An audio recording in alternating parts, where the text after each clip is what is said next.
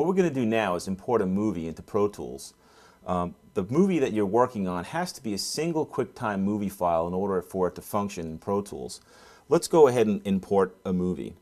I'm going to select File, and I'm going to go down to Import and Video.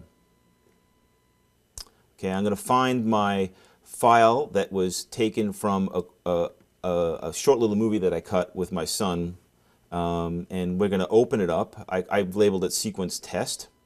I have a couple choices when I import the video. It's going to ask me where I want to put it, session start, at a specific selection point, or I can spot it to a specific time code. Well, let's put it at the session start for now.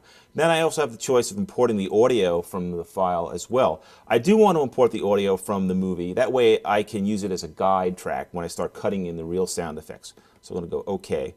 The audio file, it's going to have to actually extract the audio from the movie and put it on a separate file.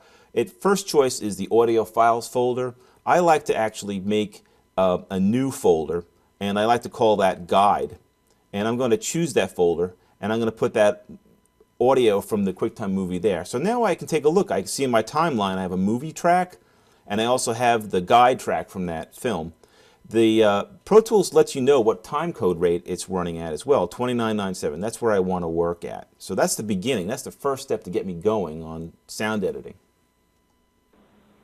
We're going to make a geyser out of Diet Soda and mint. I can also resize my picture.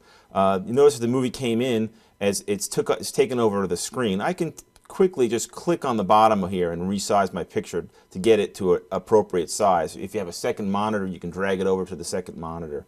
But now I can see my QuickTime movie and all the tracks I need.